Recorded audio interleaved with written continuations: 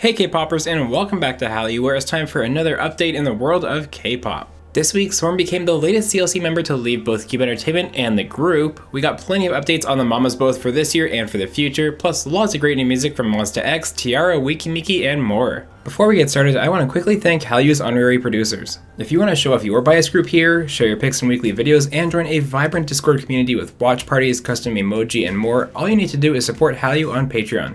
Alright, now let's jump right in. This is your K-pop news update for November 21st, 2021. So this week's big story is of course about CLC and specifically Sorn. That's because on November 16th we found out that the Thai CLC member has officially terminated her contract with Cube Entertainment and has left CLC. Unfortunately, this doesn't come as a big surprise to most K-pop fans, as Sorn has been active on various platforms by herself, including TikTok and her personal YouTube channel, while CLC has been in the dungeon. I wish Sorn the absolute best in all of her future endeavors, and I will definitely be supporting any future music she releases, because Run is still one of my favorite songs of 2021. And when it comes to CLC, this is just another nail in the coffin, unfortunately.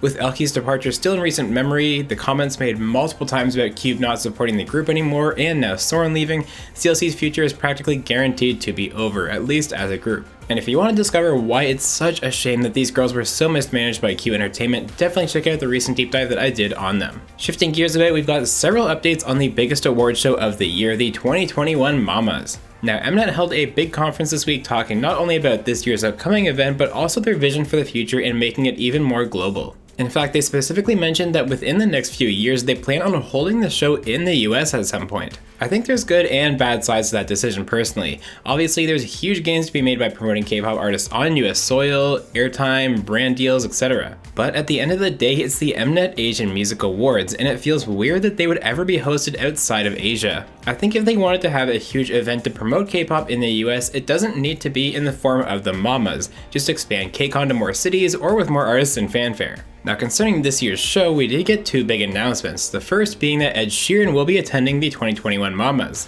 During that press conference I mentioned, Park Chan-wook said, quote, "For foreign artists, England's representative artist Ed Sheeran will be with us for this year's Mamas." Ed Sheeran was involved in producing BTS's Permission to Dance, so he has connections with K-pop. This year, Bad Habits was one of South Korea's most loved pop songs.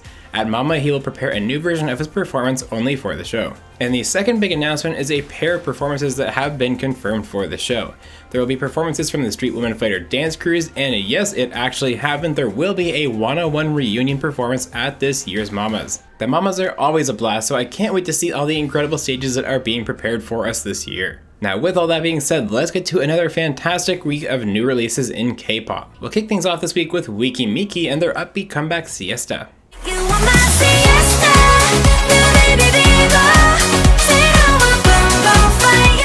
Bernard Park delivers a very sultry MV in his new song Bad Influence.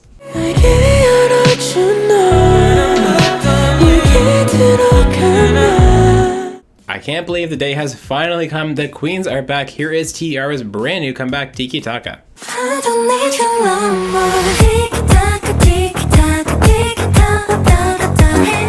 Gemini got some help from Camo and Woods in this simple but well done rap song. Here is MIA.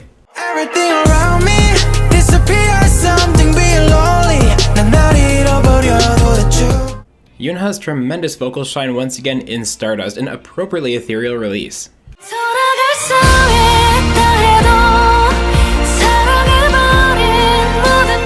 Elast are adorable in this bubbly cute comeback called To Lie.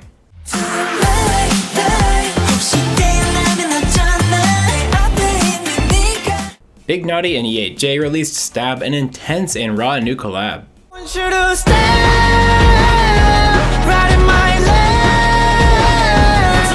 Monsta X dropped an absolutely epic new song this week with fantastic visuals to match. Here is Rush Hour.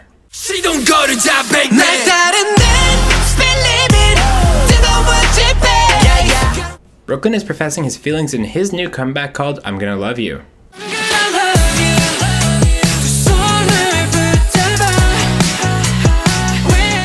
And last but certainly not least is Ha Sung-woon's Electrified, which is filled with neon and great vibes.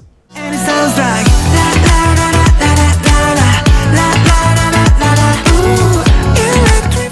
As always, I want to know what songs from this week caught your eye in the comment section below. I was really torn this week, but I have to give it to T-ARA. Honorable mentions of course to Monsta X and Yunha, but Tiki Taka really did stay true to a lot of early T-ARA sounds, especially in the chorus, and it was an excellent cap to a year of second-gen revivals that soothed my soul this year. Now for a quick couple of updates on upcoming comebacks in Comeback Watch.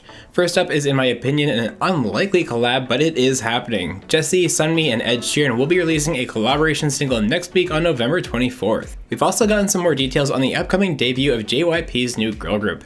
The group will have 7 members, it will be unveiled fully in February 2022, and the final member has been revealed as Lily, who released this cover of Finesse this week. And now back to some more news, starting on the label side. According to Mail Kyungjae, CJ E&M has reportedly acquired Lee Soo-man's 18.53% stake in SM Entertainment for 630 billion Korean won. Twice are going on tour. They've announced 5 dates on their so-called North America tour, but I see 0 Canada dates, so that's not much of a North America tour now, is it, JYP? I'm still waiting for some Toronto and Vancouver dates. And Hypen's Jungwon has ruffled some feathers this week. On their November 18th V Live, Jungwon was talking about fans who will be attending their fan meeting the next day and said, quote, "Well, the CSAT isn't that important." South Korea puts a lot of weight into post-secondary education and thus the CSAT exams, so this didn't sit well with fans who had been studying hard and spurred an apology from Jungwon on the 19th, the very next day. Cube announced this week that G-Idol will not be releasing a 2022 season's greeting package. In my opinion, this is a really bad sign for the girl group, who has already had a brutal year PR-wise, especially since so many groups that aren't currently active, like Girls' Generation, still do a season's greeting pack anyways. According to Cube, this is because of a quote tight schedule, but if that's the case, it's even more proof that Cube can't really manage an artist well. SM has removed all videos from Baekhyun's YouTube channel that were posted after he enlisted in the military. Baekhyun worked hard to prepare monthly content for fans to be uploaded on his behalf while he was enlisted, but since there is a law in South Korea banning any supplemental income while in the military, SM has pulled the videos until Baekhyun completes his service out of an abundance of caution. Rainbow got together to celebrate their 12th anniversary this week. Jisoo shared this beautiful picture of the girls back together with a photoshopped Hyunyoung who couldn't quite make it that day. Former Lovelyz members are making moves in the industry. As was expected from last week's news video, Miju has officially signed on with Antenna Music, and GA has also signed on to a new agency as she signed an exclusive contract this week with YG's K+.